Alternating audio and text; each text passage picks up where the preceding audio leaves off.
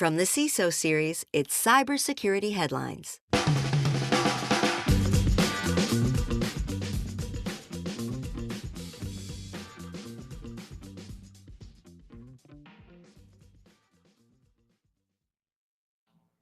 DNA firm holding highly sensitive data vanishes without warning. 123456 tops the list of the most popular passwords again. And Strella Stealer malware reappears with stolen emails. These are some of the stories that my colleagues and I have selected from this past week's cybersecurity headlines. And now we're ready for some insight, some opinion, and most definitely some expertise from our returning guest, Brett Conlon, the CISO over at American Century Investments. Brett, it's your fourth time on the show. Thank you so much for being here. I got to ask before we jump into the news, how was your week in cybersecurity? Yeah, thank you for having me. It's always great to be on this show. I'm excited about everything we're about to talk about. This might be one of the most interesting weeks that I've been able to be a part of. So, great week so far. I'm getting to go to the Foxhole here after this, where a group of CISOs and I get together and talk about what's going on. And then also, I think we have a first time listener in Kelly Gifford. So, she's a fellow Swiftie and she's super Ah. excited about being part of this. Well, glad to have some new folks along. I hope you enjoyed the show. And Brett's on, so we're going to have a great time. Another reason we're going to have a great time is because of our sponsor for today. That's ThreatLocker, Zero Trust Endpoint Protection Platform. Remember to join us on YouTube Live. Do so. Go to CISOSeries.com, hit the events drop down, look for the cybersecurity headlines week in review image. You got to join us live because that way you can get in and contribute in our chat. It's on YouTube. It's on LinkedIn too. If you find the stream on LinkedIn, you're more than welcome to do comments there. We will see them, bring them up, and do our best to address them during the show. We're going to just got about 20 minutes, so let's get started. Before we do, just a quick disclaimer that Brett's opinions are his own and not necessarily those of his employer. Just keep that in mind, and we'll jump right into the news. First up here, good old 123456 tops the list of the most popular passwords again. NordPass, makers of the password manager and sister company of NordVPN, announced its list of the 200 most common passwords. They drew up their list from a 2.5 terabyte database of passwords and showed that people are still really bad at choosing hard to crack passwords. The list contains variations of that numeric sequence and the old QWERTY theme, as well as single word passwords like password and secret, things you might have heard in the movie Hackers, all of which can be cracked in less than a second. The company says there really hasn't been any improvement over the last 6 years. So, Brett, why have people not improved their password hygiene despite all the warnings? Maybe many have, but certainly we see that this is still extraordinarily common. And we know it only takes one bad password to kind of spoil the bunch. I'm curious, what's missing that would help people practice better cyber hygiene here? Yeah, I want to be surprised, but I'm not, right? The reason people haven't improved their password hygiene despite repeated warnings, it boils down to a few things, right? Convenience over security. Strong passwords are hard to remember, so people default to easy, common passwords out of habit. There's a lack of awareness. They don't fully understand the risks. It's hard to make it concrete to them and how breaches can lead to account takeovers and identity theft. There's a limited adoption of better tools, password managers, multi-factor. They're not universal, and it leaves a lot of people with weak passwords. Corporate responsibility. Many companies still don't enforce the strong password policies, and it's making it easier for employees to slip into bad habits. So if we're going to improve, we need better education. We need to make it more accessible tools that allow us to create those passwords and then enforce the policies on the corporate level to make strong passwords easier to use and more convenient to everyone. So if we get a mix of that, better technology adoption, more awareness campaigns, and then stronger enforcement, I think it's going to make good security habits more convenient and accessible. Yeah, we've seen, I think, some of the recent changes from NIST in terms of their password recommendations. Obviously, if you're using 1234556, you don't probably know who NIST is, but seeing that in terms of making it easier to adopt stronger passwords, in the workplace at least, those are the kind of small steps we need. And ultimately, I know a lot of people argue that, hey, passkeys are coming into vogue now. They're becoming readily available on most major platforms now. And the key to better password hygiene is to not have passwords anymore. Does that hold water for you, Brett? It does. I mean, I think you have to have a strategy to get there, Hmm. but that's something we're definitely looking at. And how can we go passwordless? I have to go change my password now because Kevin just gave it away to everybody on the YouTube channel. But He's right. I mean, I just was hoping he wouldn't share my password with everybody, but Yeah, Kevin, be cool. Come on. yeah. We're all friends here. Yeah, Kevin, let me get off this before you share it with everybody. All right, our next story here. Secure by Design hits 6-month mark. Progress being made. Secure by Design includes a pledge from software companies to the Biden administration and their own customers that they would adopt 7 key digital security practices within a year. Jack Cable, a senior technical advisor at CISA and holder of a very authoritative name, says 248 companies signed the pledge and most are taking it seriously. He says he's seeing significant impact across the internet ecosystem and that progress has exceeded expectations. He points out things like Microsoft's expansion of multi-factor authentication, Google's improvements to secure code development, and Fortinet's new requirement that customers receive automatic security updates as examples of things working. So Brett, I'm curious, what are your thoughts with this Secure by Design program? Okay, so I'm going to start with the positive. We have 248 companies that have signed the pledge. That's a positive sign. And it's showing that organizations are taking this seriously and driving meaningful change in the industry, especially when you look at some of those companies, right? So you have Google, you have Microsoft, you have Amazon, you have some pretty large companies that I think can really set the bar and help other companies follow suit. And Mhm. it's especially important as cyber threats continue to evolve and that digital ecosystem grows more complex. So when I see companies like Microsoft, Google, and Fortinet lead the way with concrete actions like expanding MFA or improving secure development, it sets a high standard for others to follow. Specifically, secure code development minimizes the vulnerabilities that can be exploited by the attackers. And then I really like the automatic security updates to ensure that customers receive the patches for the vulnerabilities and they don't have to take action. So this completely reduces the window of opportunity for attackers, and we'll sort of talk a little bit about that later on. I think when we talk about the 0-day Mhm. article, and from my experience, one of the biggest challenges with the secure design is ensuring that development teams have the resources, the tools, and the training they need to implement the practices effectively. There's still that pressure to ship products quickly, and when you have that pressure, you can lead to security being deprioritized.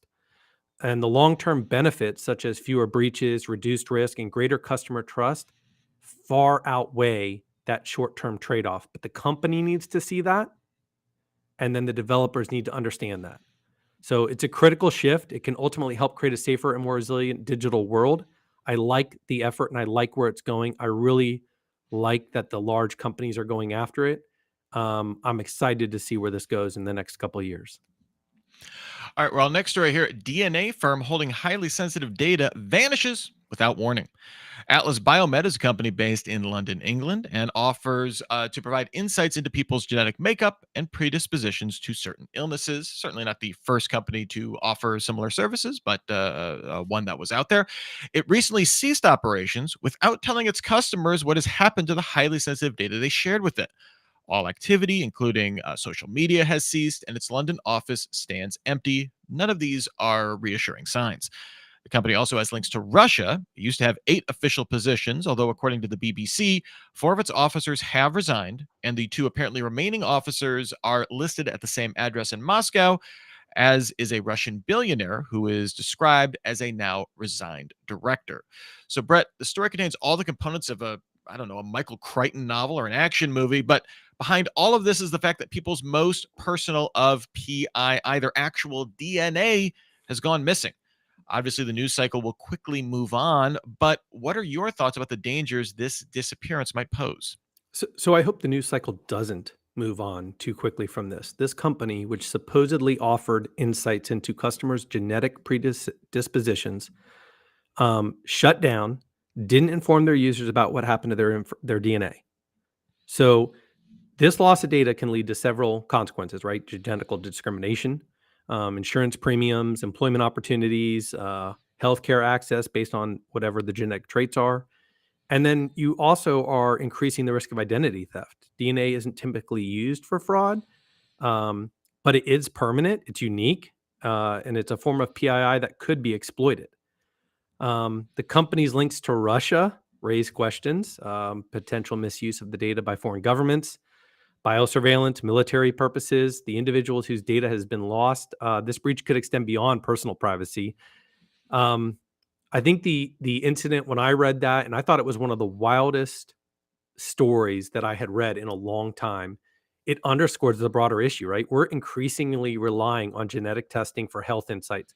We have people that are actively sending information over to really they don't know where it's going.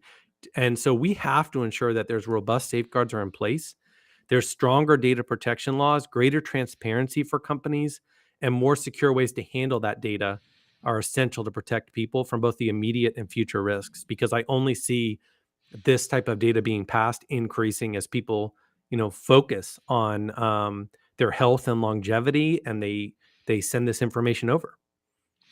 Yeah, and it's very interesting because in a lot of the privacy conversations, this kind of stuff is kind of out of bounds for a lot of that. I know Illinois has a very strong or fairly strong biometric privacy law, which I believe this would cover. But even still, I mean, like, if you're out of there, you're out of luck. That is certainly not a standard in any sense, at least so far. So, yeah, definitely just a very singular set of circumstances leading into that. Max Tronic, of course, in the chat says to add up to a Hollywood thriller, it ends up at a DNA cloning startup. We don't know where this ends. Quite honestly, funny to think about, but not funny for the people that had that happen to them because it's just, I mean, I remember what 23andMe, right, was going through Right. some financial troubles and stuff like that, and like the idea of a company like that just being acquired by a company that you didn't have a relationship. I could see that as being problematic, right? If they had your information, let alone, close the doors overnight and you have no recourse to get any of that information deleted or anything like that. So It's just gone. yeah. So we will keep an eye out if there's any more update on that, and we will have an update if available on cybersecurity headlines. Before we move on to our next story, we have to spend a few moments and thank our sponsor for today, ThreatLocker. Do zero-day exploits and supply chain attacks keep you up at night? Worry no more. You can harden your security with ThreatLocker.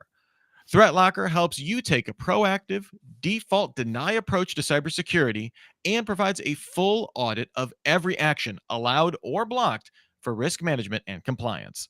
Onboarding and operation are fully supported by their US-based support team. To learn more about how ThreatLocker can help keep your organization running efficiently and protected from ransomware, visit threatlocker.com. That's ThreatLocker.com. All right, a surge in zero-day vulnerability exploits is the new normal, according to Five Eyes. Brett, you had alluded to this article, so let's dig into the details here. This warning comes from the Five Eyes Intelligence Alliance, which, if you haven't been keeping score, that's the US, UK, Australia, Canada, and New Zealand, stating that contrary to previous years in which malicious cyber actors were exploiting older software vulnerabilities, the tide has turned to 0 days, with Citrix's networking product NetScaler being the most widely used. The report also mentions a critical vulnerability impacting Cisco routers, another in Fortinet VPN equipment, and one affecting the Move It file transfer tool, very famously exploited by the Clop ransomware game, along with everyone else. A link to the report published by CISA is available in the show notes of this episode if you want to check that out. Highly recommend you do. But Brett, pretty straightforward story here, bringing 0 days into sharp focus and, kind of making these maybe like the default now to look for. I'm curious, what are your recommendations for other CISOs in relation to this announcement? You're going to be talking about this tonight? We absolutely will. The growing exploitation of the 0 days is a wake up call for us, right? The advisory from the Five Eyes, as it pointed out, attackers are now targeting the freshly discovered flaws. I think the article said it was within days of a patch being released. Mhm. We've seen 0 days where within hours they've started to try to exploit it. So we definitely are looking at strategies of how we can better um, approach those 0 days. I think the key to mitigating this risk lies in the speed and the automation. You need to accelerate your patch management process where possible, and you need to automate that deployment to reduce the window of exposure. So if I'm telling my CISOs tonight at the Foxhole, I'll be talking about them. They need to act swiftly, right? We need to prioritize patch management, automate the updates where possible. 0 days are often weaponized as soon as they're disclosed. We're going to monitor threat intel closely for any indicators of new exploits and invest in advanced detection tools to catch any signs of the attack. And then you have to embrace the security by design principles with vendors and within your own development process to reduce the future vulnerabilities. So ensure your incident response plan is tailored for it. You should have a 0-day playbook at this point, and then test your team's readiness with regular exercises. I have a secret strategy because we actually have a guy on our team named Mike, who's actually Kelly's husband that we talked about earlier, and we call him 0-day. He has a knack for finding any of these vulnerabilities, but not in the way that I want him to, right? So we have to like protect ourselves from him. Uh, but that's my defense and strategy. But for others, I would say adopt a multi-layered defense strategy. Don't rely just on the perimeter security, and make sure you have that 0-day playbook. I think that this is going to make a big difference. And AI is only accelerating this, right? The ability to exploit these things. That's interesting to finish on. AI is obviously it's far more not even efficient, but like we're never going to find all the 0 days that are out there. It's better to be able to respond quickly to them. Does have you seen any possibility of using AI to maybe more proactively look for those on your, like, to find them more on the before they hit the curve, find 0 days that haven't been discovered using those tools? Or is that way too far out, or is that not never going to have the hit rate you need to ever be able to really supplement kind of the prevention or the response piece? I haven't seen it yet. I'm sure that will come at some point, right? I mean, they can, if they can mirror it and try to look at what their tools are looking at. I would actually want to see that from the vendor side. Hmm. Could the Oh yeah. vendors actually use that to find their own 0 days and then get that back to us and find the patching of that? So, um, that would be an interesting concept. I think there are definitely, we're seeing vendors put AI in more towards the patch management side and how they can use that to patch easier and quicker. Um, but time will tell on that. CCL had a question in the chat. What are some steps to handle 0 days? I think that's going to go beyond the scope of what we can talk about here. But CCL, I love that. We're gonna save that, and I want to use that for like a Super Cyber Friday or something like that, because I think that would be a really interesting conversation. So thank you for the inspiration on there. Here's one of my favorite stories of the week, though, coming up next here. Amazon leaker claims to be an ethical hacker. Hey, it's a move, right? I applaud. So here's the details. Last week, 2.8 million lines of Amazon employee data were posted on a dark web forum by someone who claimed to have obtained the information on dozens of companies through the Move It file transfer exploit. They weren't clear if they used the exploit or they obtained them from sources that had, but it's related to that. Researchers at at Hudson Rock verified this data, including from organizations like Lenovo, Delta, HSBC, and Charles Schwab. This includes names, organizational roles, contact information, department assignments, a lot of stuff that you could use for social engineering. The perpetrator claimed to be an ethical hacker, not obtaining the data with fake credentials and only scraping what was publicly available. Their goal was to raise awareness of the need to encrypt PII data at these organizations and not to hide behind blaming third parties for leaked data. Although I should note, they also said that they would leak more data, which I think we already got the point. You don't need to leak data. But anyway, Brett, does this sit well with you? Do the actions of an ethical hacker actually taking and releasing data represent a heroic warning here, or do they reveal or even instigate greater dangers here? Yeah, I have serious concerns about the actions of the individual behind the leak, right? The It's not ethical hacking. And while it's true that your poor security practices or unencrypted data, poor vendor management are real issues, the way this person is going about raising awareness is dangerous and irresponsible. And what they're doing, again, it's not ethical hacking. Ethical hackers work with organizations, they find vulnerabilities, they report them, and they help fix them without putting anyone at risk. In contrast, if we look at what's going on here, they're leaking sensitive data, and I don't think the intentions are good. They're exposing millions to new threats, including the social engineering and identity theft. The larger issue here is that by bypassing legal and ethical boundaries, they set a dangerous precedent. If people begin taking matters in their own hands, it could lead to more chaos in the cybersecurity world, which we all know that we don't need. These flaws should be addressed, but they need to be reported through the right channels, whether that's through responsible disclosure, to security teams or certs. It's not by releasing the data into the wild. So I read this article a couple times. I mean, I can't believe they're claiming to be an ethical hacker. It's definitely someone who's done bad, and then they're just trying to almost justify their actions by stating hey, by the way, I'm a good guy. Yeah, it almost is like they realize like law enforcement or something is sniffing around, and they're like, no, for real, I wasn't trying to make any money off this. I mean, this to me reminds me of like you discovered like a fire code violation, so your response is, I should set the building on fire to show how bad it is. Like that, it doesn't. You're not helping the situation here. I think it's a very different. I was thinking of the other kind of ethical hacking story that we covered recently, which was the when the city of Columbus got hit with ransomware, and a security researcher was kind of putting to light that, hey, actually, this information that you said was encrypted and corrupted is actually publicly available. That's very different because, like, to me, that felt very different because they were shedding light on, hey, people maybe aren't being forthright to the extent of this attack. You can debate whether they did it in the most responsible way, but at least there seemed like a motivation there. This just seemed like I did this for the lulz, and now I'm going ethical. Sure, why not? And oh, by the way, there's more to come. Yeah, that is the the smoking gun for sure. All right, and our last story for today: Strela Stealer malware reappears in Spain, Germany, and the Ukraine. A group known as Hive 0145 has been infecting targets with Strela Stealer malware delivered through phishing emails disguised as legitimate invoice notifications. What's worthy of note in this situation is that, according to researchers at IBM X Force, whereas the group initially relied on fake invoices and receipts sent from fabricated accounts, they've recently begun to weaponize stolen emails from real identities in the financial, technology, manufacturing, media, e-commerce, and other sectors. And it's believed by the researchers that Hive 0145 is to be the tool's sole operator. So Brett, what struck me here is weaponizing stolen emails. Not it's you can't spot the phishing email if they're real ones. Kind of speaks to, I don't know, something much more dangerous, and may show that the greater dangers that threat actors who penetrate networks are able to pull these kind of schemes. I'm curious, what are your thoughts? You're absolutely right. Weaponizing stolen emails is a particularly concerning aspect of this campaign. And what's alarming here is not just the malware itself, but the depth of access these attackers have gained.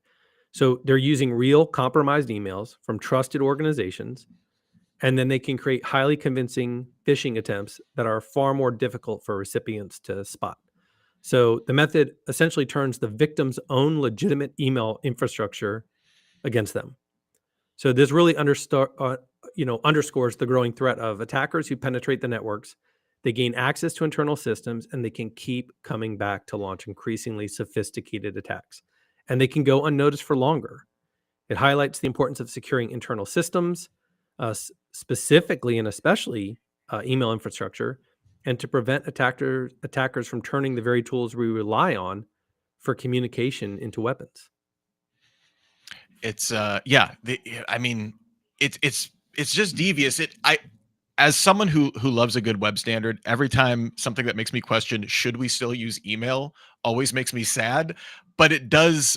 I don't know. I know threat actors will threat actor, and if everybody moves to Slack or whatever comms you use, the threat actors will be there and ready to exploit it. But man, this one seems so devious, because I just think of the poor security awareness training of, no, this was a real invoice. I was expecting it. This is the legit email, and to still fall prey to that is some harsh stuff. Before we get out of here, I just want to give a shout out to all of our commenters. I see some new names in here, including Toasty Pops and Justin Gold. I think some Simply Cyber folks popping into our chat. So always great to have you. Of course, we have some of our regulars like CCL, Maxtronic, and Kevin Farrell in there as well. So always great when we have people helping to make the show better. Thank you everyone for showing up and helping make the show better, sharing your thoughts in the chat. That is truly awesome. Brett, before we get out of here, was there any story in the lineup or in the news this week that was a thumbs up or an eye roller for you this week? I think the DNA one was fascinating. I can't get over the fact that it just disappeared overnight. Yeah. I think that's an eye opener, and I hope that people are paying attention to that. And I think that people need to be much more diligent about where they're sending their information. Yeah, it's we cover exit scams right all the time in crypto or ransomware and stuff like that. DNA startup, that's a new one, new exit scam for me. So always nice to have something new for the palate today here. Brett Conlon, the CISO at American Century Investments, crushing it as always. Why we keep having you back, always a pleasure. Where can people find you on cyberspace if they want to follow what you're up to? Yeah, just go to Brett Conlon at LinkedIn. I'm there and happy to talk to everyone. Excellent. Excellent. Well, thank you, Brett, so much. It was an absolute pleasure. And thanks also to our sponsor for today, ThreatLocker, Zero Trust Endpoint Protection Platform. And thanks once again to all of our audience. We can't always get every comment up on the screen. All of you were submitting all of your terrible passwords. I really appreciated that. Gave me some very terrible ideas for my own passwords.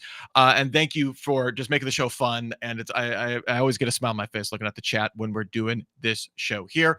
Don't forget, if you're joining us now, you should join us next Friday for Super Cyber Friday, where our topic will be, seems relevant to a lot of what we're talking about, hacking e-crime trends, an hour of critical thinking about staying on top of an ever-evolving threat landscape. That's at 1 p.m. and then 1 p.m. Eastern, and then we'll be followed by another episode of the Week in Review at 3:30 Eastern. Just head on over to the events page at CISOseries.com. Get registered for both. Subscribe to YouTube. We are all good. In the meantime, you get your daily news fixed every day through cybersecurity headlines. Give us about 6 minutes. We'll get you all caught up. For myself, for Brett, for all of us here on the CISO Series team, I'm Rich Stroffolino, wishing you and yours to have a super sparkly day. Cybersecurity headlines are available every weekday. Head to CISOseries.com for the full stories behind the headlines.